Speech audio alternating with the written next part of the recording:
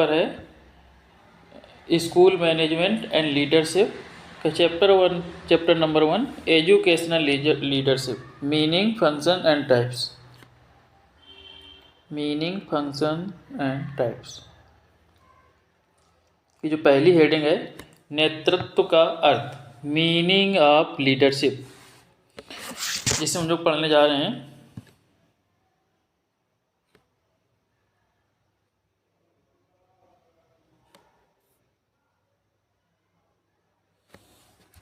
सामाजिक मनोवैज्ञानिक के अनुसार नेतृत्व का क्रम विकास उस गतिशील अन्योन क्रियाशील वर्ग से होता है जिसके सदस्य एक साथ व्यक्ति से प्रतिबद्ध होते हैं और वर्ग के उद्देश्यों से सरोकार रखते हैं।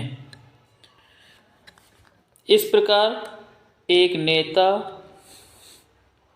कोई भी ऐसा व्यक्ति हो सकता है जो व्यक्तियों अथवा वर्ग द्वारा सहायता के उपलब्ध स्रोत के रूप में पहचाना जाता है। नेतृत्व व्यवहार प्रत्येक व्यक्ति को संपन्नता के लिए पर्याप्त रूप से मान्यता प्रदान करता है। कार्य संपन्नता सामूहिक क्रियाओं के माध्यम से व्यक्तियों द्वारा दिया गया अंशदान है। शक्ति और पद हमेशा नेतृत्व के मापदंड नहीं होते। नेतृत्व के लिए कुछ विशिष्टताओं की आवश्यकता होती है जो कि एक प्रभावकारी नेतृत्व के अवश्य होनी चाहिए। में अवश्य होनी चाहिए।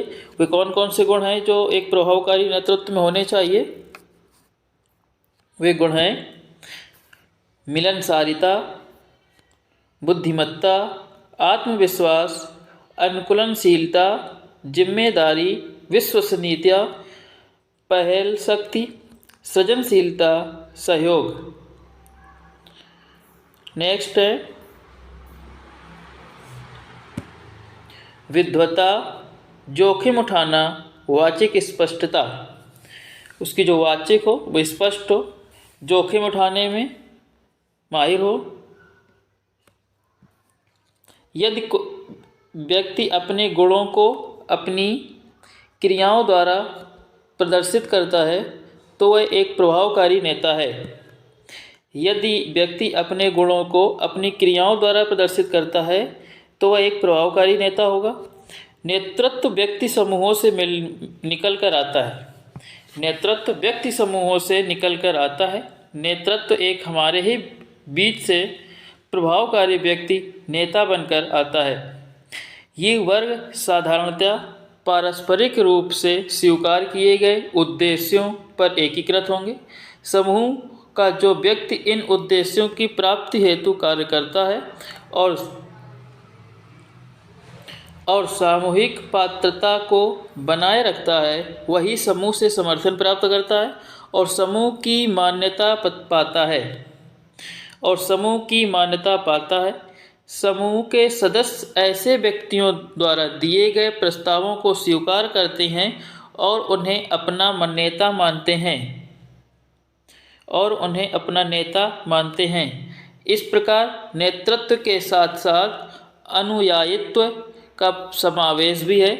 गांधी जी एक राष्ट्रीय नेता थे और पूरे देश ने उसके सिद्धांतों को स्वीकार किया तथा स्वतंत्रता संग्राम में उनका अनुसरण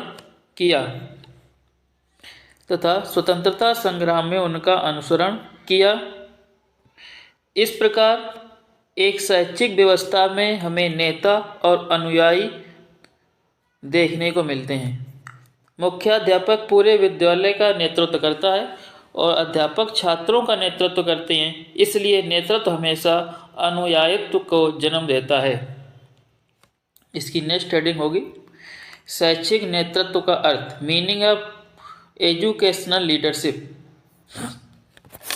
नेतृत्व एक संगठन में गतिविधियों को मार्गदर्शन, संरचना और सुविधा प्रदान करने के लिए दूसरों को प्रभावित करने की एक जानबूझकर की जाने वाली प्रक्रिया है। जब उस प्रक्रिया को सिद्धांत और शिक्षण के आधार पर लागू किया जाता है तो एक शैक्षिक नेता, पेडागोजिकल लीडर उभर कर बाहर आता है। जबकि यह शब्द अक्सर किसी विद्यालय के प्रशासनिक प्रमुख या प्रधानाचार्य के साथ जुड़ा होता है, लेकिन सच्चाई यह है कि कई शिक्षा अध्यापक नेता की भूमिका निभा सकते हैं। शैक्षिक नेता एक भूमिका है जो शिक्षण के सभी पहलुओं के प्रभावी प्रदर्शन पर बनी है। शिक्षा शास्त्र इस संज्ञान को इस बात की समझ के रूप में परिभाषित किया जा सकता है कि शिक्षण कैसे होता है, और दर्शन और अभ्यास जो सीखने की समझ का समर्थन करता है। अनिवार्य रूप से यह शिक्षण एवं सीखने की प्रक्रिया का अध्ययन है। नेतृत्व को अक्सर व्यक्तियों या समूह का मार्गदर्शन करने के कार्य के रूप में परिभाषित किया जाता है। यदि हम इन दोनों को मिलाते हैं तो हमें शिक्षण या सीखने की प्रक्रिया के अध्ययन या मार्गदर्शन के रूप में शैक्षणिक नेतृत्व की धारणा की पेशकश की जाती है। शैक्षिक नेता पेडागोजिकल लीडर, शैक्षिक नेता जिसको इंग्लिश में कहेंगे पेडागोजिकल लीडर, को एक ऐसा व्यक्ति माना जा सकता है जो अपने कार्यों, भाषणों या अन्यथा शैक्षिक गतिविधियों को बढ़ावा देता है। शैक्षिक नेतृत्व को नेता के छिपे हुए दृष्टिकोण के आधार पर विशेष तत्परता एवं क्षमता की आवश्यकता होती है। नेता की भूमिका में नेतृत्व और अधिकार की भावना शामिल होती है। शैक्षिक नेतृत्व केवल स्थिति नेतृत्व की भूमिका से संबंधित नहीं है। यह केंद्र प्रबंधक या प्रमुख शिक्षक का शीर्षक नहीं है। किसी भी केंद्र का नेता माना जा सकता है। वास्तव में प्रत्येक शिक्षक को अपनी विद्यार्थियों का नेतृत्व करने का प्रयास करना चाहिए। प्रत्येक शिक्षक को अपने विद्यार्थियों का नेतृत्व करने का प्रयास करना चाहिए और यह केंद्र कार्यक्रम की समृद्धि को प्रभावित करता है। यह एक शिक्षक की पेशेवर जिम्मेदारी है कि वह अपने आंतरिक मूल्यांकन, व्यक्तिगत पूछताछ और पेशेवर वार्तालापों के माध्यम से महत्वपूर्ण पूछताछ में संलग्न हो। यह वह संस्कृति प्रदान करता है जहाँ शिक्षक वास्तव में सभी विद्यार्थियों के लिए सीखने के अवसरों का अनुकूलन करते हैं, जिसमें सामान्य छात्र और प्रौढ़ छात्र दोनों शामिल हैं। शिक्षक की ऐसी भूमिका होनी चाहिए कि वह सभी विद्यार्थियों को उच्च गुणवत्ता वाला शिक्षण और नेतृत्व प्रदान करके अपनी उच्चतम क्षमता तक पहुंच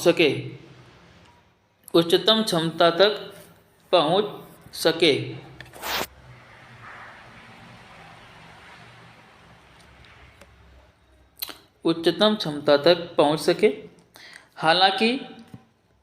हालांकि एक शैक्षिक नेता होने के लिए शिक्षण अनुशासन की गहरी समझ की आवश्यकता होती है। इसमें कई व्यवहार शामिल होते हैं जिन्हें सीखा जा सकता है।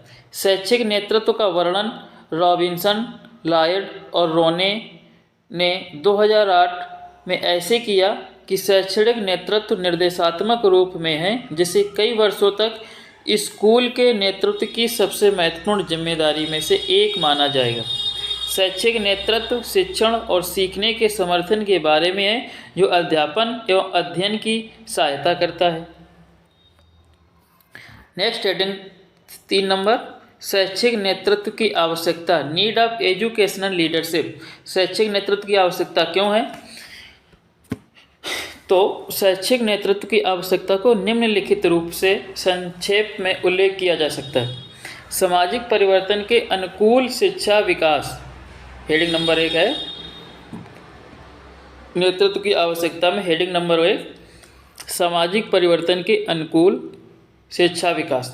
इसमें क्या है? समाज के मूल्यों तथा धारणाओं में निरंतर परिवर्तन होता रहता है। इस दृष्टि से समाज के अनुरूप किस प्रकार की शिक्षा प्रदान की जानी चाहिए तथा शिक्षा के उद्देश्य, पाठ्यक्रम, शिक्षण आदि में किस प्रकार के परिवर्तन होने आवश्यक हैं, इन सभी बातों का ज्ञान शैक्षिक नेता को होना चाहिए। शैक्षिक नेता को किस प्रकार का ज्ञान होना चाहिए? समाज के मूल्यों तथा धारणाओं में निरंतर परिवर्तन होता रहता है। इस दृष्टि से समाज के अनुरूप किस प्रकार की शिक्षा प्रदान की जानी चाहिए तथा शिक्षा के उद्देश्य, पाठ्यक्रम, शिक्षण आदि में किस प्रकार के परिवर्तन होने आवश्यक हैं, इन सभी बातों का ज्ञान शैक्षिक नेता को होना चाहिए। नंबर 2 हेडिंग है हमारी सामूहिक कार्यक्रम में समन्वय। सभी शिक्षक एक जैसे नहीं होते हैं, उनमें भिन्नता होती है। कुछ अध्यापक अध्यापन कार्य के प्रति निष्ठावान होते हैं, कुछ विनोदी परोपकारी तथा मृदभाषी होते हैं, कुछ झगड़ालू या मितभाषी होते हैं। इस भिन्नता के रहते हुए भी विद्यालय के सामूहिक कार्य में सभी को एक सोच में ढालने की, पारस्परिक एवं सद्भाव को बनाए रखने की आवश्यकता होती है। नंबर 3 नियोजन स्वास्थ्य की संलग्नता की सफलता। विद्यालय में शिक्षा क्षेत्र में नवीन तथा उपयोगी कार्यों के लिए योजना का निर्माण करना होता है।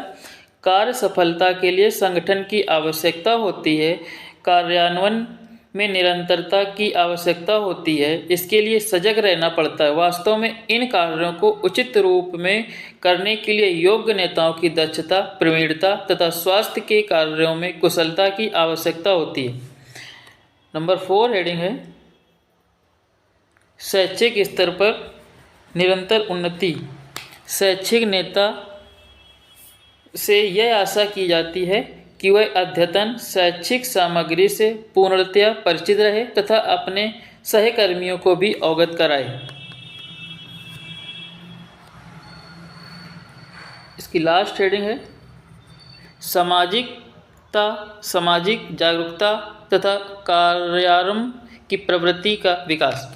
समाज के नियमों में बद्ध होकर अनुशासन का पालन करने तथा सामाजिक जागरूकता की आवश्यकता होती है।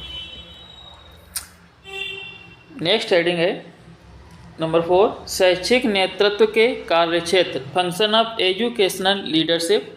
शैक्षिक नेतृत्व के कार्यों को निम्नलिखित 9 भागों में बांटा गया है। नंबर 1 कार्यों के लिए उद्देश्यों का निर्धारण करना, नीति निर्धारण करना, कार्यों का निश्चय करना, प्रशासकीय कार्यों तथा उनके ढांचे में समन्वय करना, प्रभाव का मूल्यांकन करना, शिक्षा हेतु सामाजिक नेतृत्व के साथ मिलकर कार्य करना, सामाजिक शैक्षिक सामानों का उपयोग करना, समाज के व्यक्तियों का सहयोग प्राप्त करना, संबंधित नए शैक्षिक कार्यों में सहायक व्यक्तियों से विचार विनिमय करना। उपरोक्त कार्य क्षेत्रों को ध्यान में रखते हुए शैक्षिक नेता एक का निम्नलिखित कार्यों में शामिल होना आवश्यक है। सीखने का अध्ययन केंद्रित नेतृत्व प्रदान करना, providing learning centric leadership. Number 2 सामग्री दृष्टि और गतिशीलता का प्रारूप बनाना, designing content vision and dynamics. व्यावसायिक शिक्षण समुदायों का विकास करना, developing professional learning communities. Next वैचारिक नेतृत्व प्रदान करना, प्रोवाइडिंग थॉट लीडरशिप। प्रबंधन में परिवर्तन के लिए संपूर्ण प्रतिबद्धता, committed to change management. Number 6 बकाया अध्ययन के लिए वातावरण निर्मिति, creation of a climate of outstanding learning. छात्र एवं शिक्षक की अध्ययन जिज्ञासा के लिए सहयोगात्मक संस्कृति का निर्माण करना, एक culture of collaboration, inquiry with students and teachers learning. विज्ञान शिल्प में कला अध्ययन पर ध्यान केंद्रित करना, focus on science craft art of learning. Focus on science craft and arts of learning. अध्ययन में विज्ञान शिल्प तथा कला पर लक्ष्य केंद्रित करना, अध्ययन में सुधार करने हेतु आवश्यक बदलावों पर ध्यान केंद्रित करना, focus on change necessary to improve learning. Next heading है शैक्षिक नेतृत्व के प्रकार, टाइप्स ऑफ एजुकेशनल लीडरशिप। अगर आप लोगों को इसकी PDF चाहिए तो डिस्क्रिप्शन में दिए गए मेरे टेलीग्राम चैनल को ज्वाइन कर लें, वहाँ पर इसकी PDF आप लोगों को प्रोवाइड कराई जाएगी। नेक्स्ट है विद्यालय अधिगम करने यानी सीखने की संस्था। विद्यालय प्रबंधन का अर्थ है उन सभी विभिन्न क्रियाओं का प्रबंधन करना जो विद्यालय में प्रत्यक्ष या अप्रत्यक्ष रूप से छात्रों की अधिगम क्रिया को प्रभावित करती हैं। विद्यालय कार्यक्रमों के नियोजन, संगठन, निर्देशन, पर्यवेक्षण एवं मूल्यांकन आदि में नेतृत्व महत्वपूर्ण भूमिका अदा करता है। विद्यालय प्रबंधन के लिए आवश्यक विभिन्न प्रकार के नेतृत्व होते हैं। इसको शैक्षिक नेतृत्व में दो भाग आ गए, प्रशासनिक नेतृत्व और शैक्षिक या अनुदेशात्मक नेतृत्व। शैक्षिक नेतृत्व के प्रकार हैं प्रशासनिक नेतृत्व में स्वास्थ्य प्रबंधन तकनीकियों को अपनाकर विद्यालय की उन्नति के लिए उपलब्ध मानवीय एवं द्रव्यात्मक साधनों का उपयोग करना होता है। नेक्स्ट है अनुदेशात्मक नेतृत्व को विद्यालय के स्टाफ के सदस्यों की सहायता, अधिगम, उद्देश्यों का निर्माण तथा पहचान और इन उद्देश्यों की प्राप्ति हेतु कौशल तकनीकों को करने की दृष्टि से देखा जा सकता है। उपर्युक्त कार्यों के लिए नेता कोई भी हो सकता है। मुख्याध्यापक, पर्यवेक्षक, अध्यापक या विद्यालय प्रबंध समिति का कोई सदस्य। विद्यालय प्रशासन में इनमें से प्रत्येक की अपनी विशिष्ट नेतृत्व भूमिका होती है। विद्यालय की प्रशासनिक प्रक्रिया सदा छात्रों द्वारा सीखने पर बल देती है। वास्तव में प्रशासनिक कार्य शैक्षिक कार्यों की सहायक सेवाएं होती हैं। इन दोनों के बीच में समन्वय बनाए रखने की आवश्यकता होती है। नेक्स्ट हेडिंग है 6 नंबर, विद्यालय के पदानुक्रम में विभिन्न स्तरों पर नेतृत्व।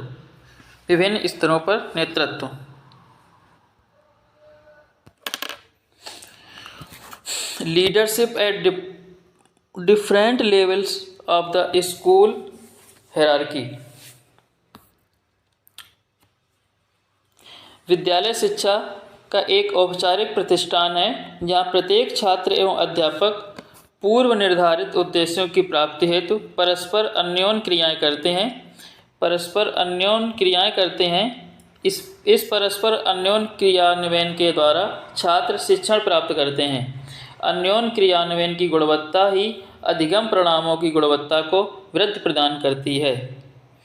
कक्षा के अंदर क्रियाएं तथा अन्योन्य क्रियाकलाप कक्षा के अंदर कई उपादानों पर निर्भर करती हैं, जैसे कक्षा के कमरे की नियमितता, अनुशासन, छात्रों की अभिप्रेरित करना, साधनों की उपलब्धता आदि। कक्षा के कमरे में अन्योन्य क्रियान्वयन विद्यालय के बाहरी वातावरण से प्रभावित होता है, जैसे स्वच्छता, भवन की स्थिति, पाठ्य सहगामी क्रियाकलाप का आयोजन, विद्यालय की प्रातःकालीन सभा, खेल, सांस्कृतिक क्रियाकलाप और यहाँ तक कि एक चपरासी सहित स्टाफ के लोगों का व्यवहार तथा कार्यकुशलता अन्योन्य क्रिया की गुणवत्ताओं की वृद्धि हेतु बहुत से उपादानों को नियंत्रण में करना होता है और ये किसी अकेले व्यक्ति द्वारा संभव नहीं है। इसलिए एक विद्यालय में विभिन्न नेतृत्व पदों में एक सोपानबद्ध प्रशासनिक ढांचा होता है। सामान्यतः किसी विद्यालय में नेतृत्व संबंधी पद निम्नलिखित होते हैं।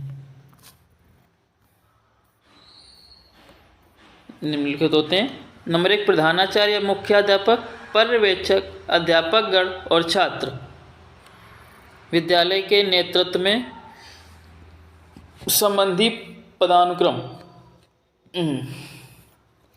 विद्यालय का मुख्याध्यापक विद्यालय का नेता समझा जाता है, हेडमास्टर, क्योंकि वह विद्यालय के समस्त शैक्षिक, गैर शैक्षिक तथा प्रशासनिक कार्यों की देखरेख करता है।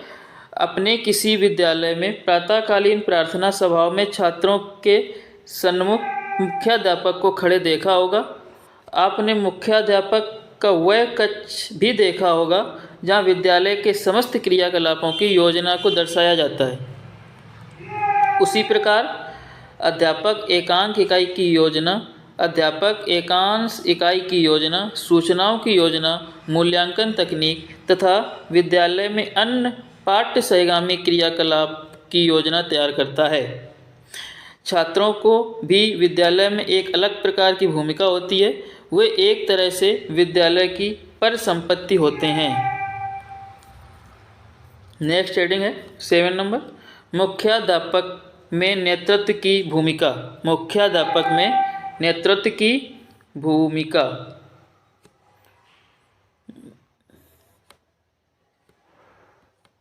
ये हमारी हेडिंग है।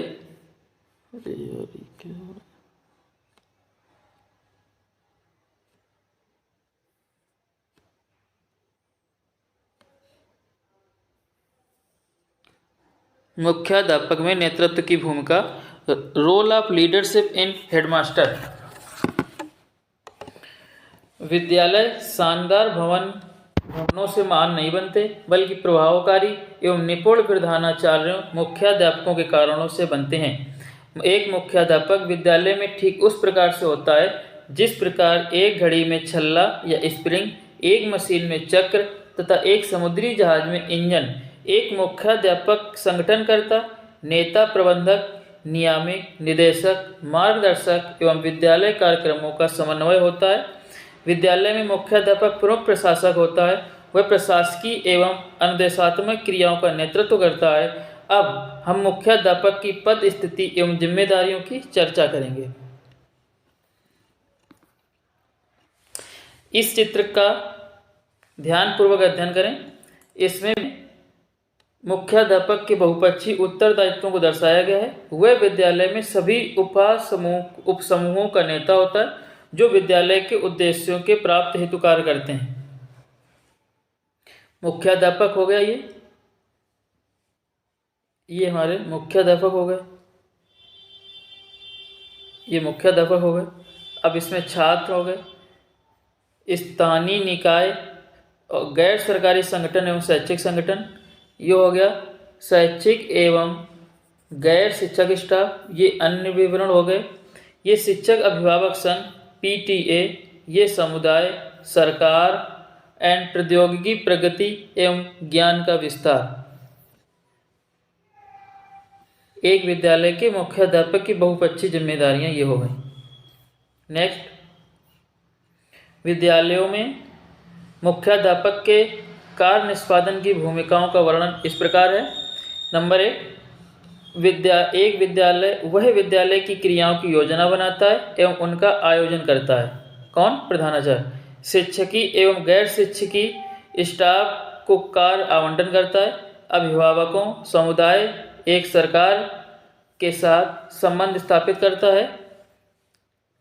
अन्य विद्यालयों के साथ संपर्क जाल स्थापित करता है। सूचना एवं प्रौद्योगिकी में नवीनतम प्रवृत्तियों से अपने आप को अवगत कराता है। सामाजिक क्रियाकलाप का आयोजन करता है। भौतिक एवं ढांचागत साधन जुटाता है।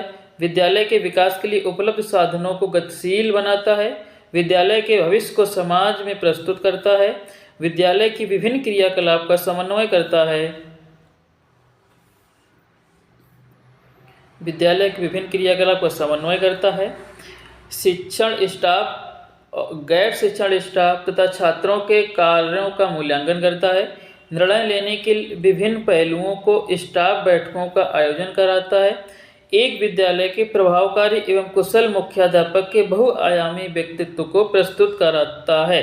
ये एक नेता के भी गुण हैं। एक विद्यालय के प्रभावकारी एवं कुशल मुख्याध्यापक के बहुआयामी व्यक्ति को प्रस्तुत करता है। ये एक नेता के भी गुण हैं। नेक्स्ट, प्रधानाचार्य शैक्षिक प्रशासन का मूलाधार है। वह अनुदेशात्मक अंतर संबंधों, आत्मविकास एवं विद्यालय प्रबंधन का मूल केंद्र है। आज का प्रधानाध्यापक समुदाय द्वारा विद्यालयों को प्रदत्त नए उत्तरदायित्वों से उदित अधिक जिम्मेदारियों को प्राप्त करता है।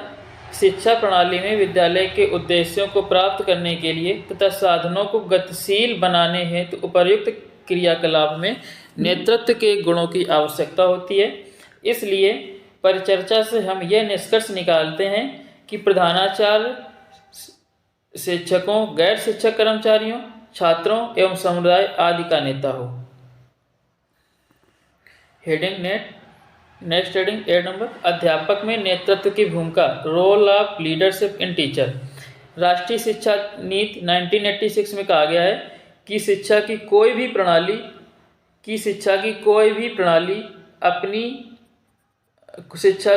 प्रणाली अपने शिक्षकों के स्तर से ऊंची नहीं जा सकती। अध्यापक शैक्षिक प्रक्रिया में सर्वाधिक महत्वपूर्ण तत्व हैं। अध्यापक अध्यापन अधिगम प्रक्रिया अत्यावश्यक अवयव या घटक हैं। अध्यापक को अनुदेशात्मक प्रक्रिया में नेता के रूप में पहचानने से पहले हमें कक्षा में पारस्परिक क्रिया को समझना पड़ेगा। माध्यमिक शिक्षा आयोग सेकेंडरी एजुकेशन कमीशन 1952 से 1953 का कथन है कि हम सब इससे सहमत हैं कि सुचिंतित शैक्षिक संरचना में सबसे अधिक महत्वपूर्ण घटक अध्यापक है। अध्यापक कक्षा में साधारणतः 3 विभिन्न प्रकार की क्रियाओं का निष्पादन करता है। वे हैं पूर्ववर्ती क्रियात्मकता, पारस्परिक क्रियात्मकता, अनुवर्ती क्रियात्मकता।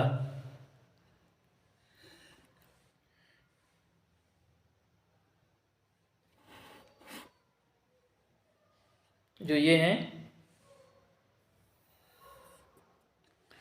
पूर्ववर्ती क्रियात्मकता, पारस्परिक क्रियात्मकता एंड अनुवर्ती क्रियात्मकता।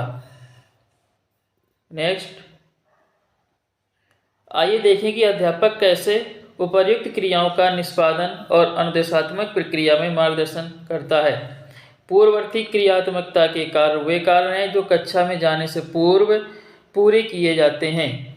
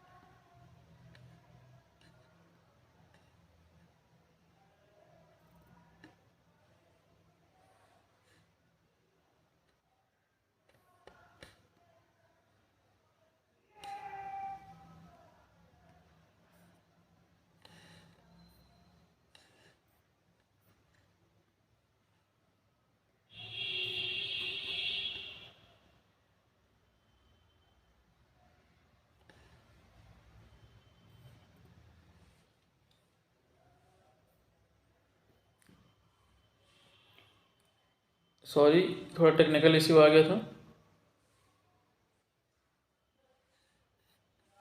पूर्ववर्ती क्रियात्मकता के कार्य वे कार्य हैं जो कक्षा में जाने से पूर्व किए जाते हैं। वे हैं पाठचर्यात्मक एवं पाठ सहगामी कार्यक्रमों का नियोजन, कार्यक्रमों का आयोजन, अध्यापन शिक्षण की उपयुक्त पद्धति का चयन, पाठ योजना, सहायक सामग्री एवं गृह कार्य की रूपरेखा तैयार करना। पारस्परिक क्रियात्मकता के पक्ष में नेता के रूप में अध्यापक का कार्य निर्देशात्मक है। यहाँ अध्यापक समस्त कार्य संपादन का नेता है। पारस्परिक क्रियात्मकता के पक्ष में अध्यापक के विभिन्न कार्यों की सूची निम्न प्रकार है। कक्षा में श्रेष्ठकर अधिगम के लिए वातावरण तैयार करना, व्याख्या करना, सोधारण स्पष्टीकरण एवं प्रश्न पूछना, अभिप्रेरणा प्रदान करना तथा सकारात्मक सुदृढ़ीकरण करना, छात्रों से प्रतिपुष्टि प्राप्त करना, छात्रों के अधिगम का मूल्यांकन करना।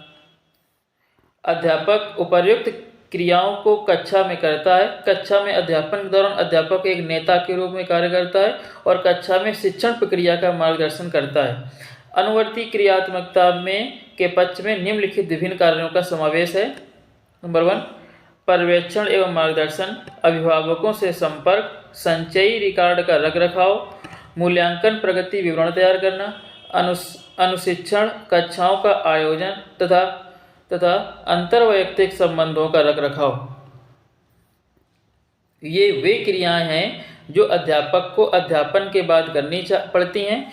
ऊपर बताए गए पूर्ववर्ती क्रियात्मकता, पारस्परिक क्रियात्मकता तथा अनुवर्ती क्रियात्मकता के कार्यों को करने के लिए अध्यापक में नेतृत्व गुणों की आवश्यकता है।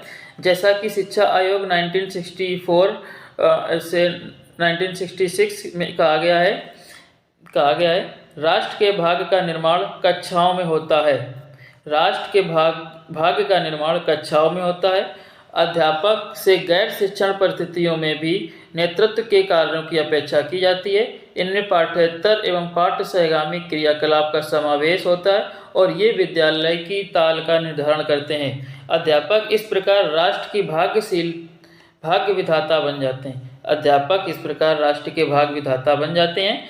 विद्यालय के गैर शिक्षक क्रियाओं के लिए भी अध्यापक जिम्मेदार हैं। उदाहरण के लिए विद्यालय दिवस मनाना, राष्ट्रीय महत्व के दिवस मनाना, खेल कूद आदि का आयोजन करना। अतः विद्यालय में शिक्षक एवं गैर शिक्षक कार्यक्रमों के आयोजनों में अध्यापक से नेतृत्व की भूमिका की अपेक्षा की जाती है। चैप्टर 1 हमारा कंप्लीट हुआ। हम लोग नेक्स्ट चैप्टर कंप्लीट करेंगे। आप लोगों को वीडियो अच्छा लगा हो तो लाइक करें, सब्सक्राइब करें और अपने दोस्तों के साथ शेयर करें। जय हिंद।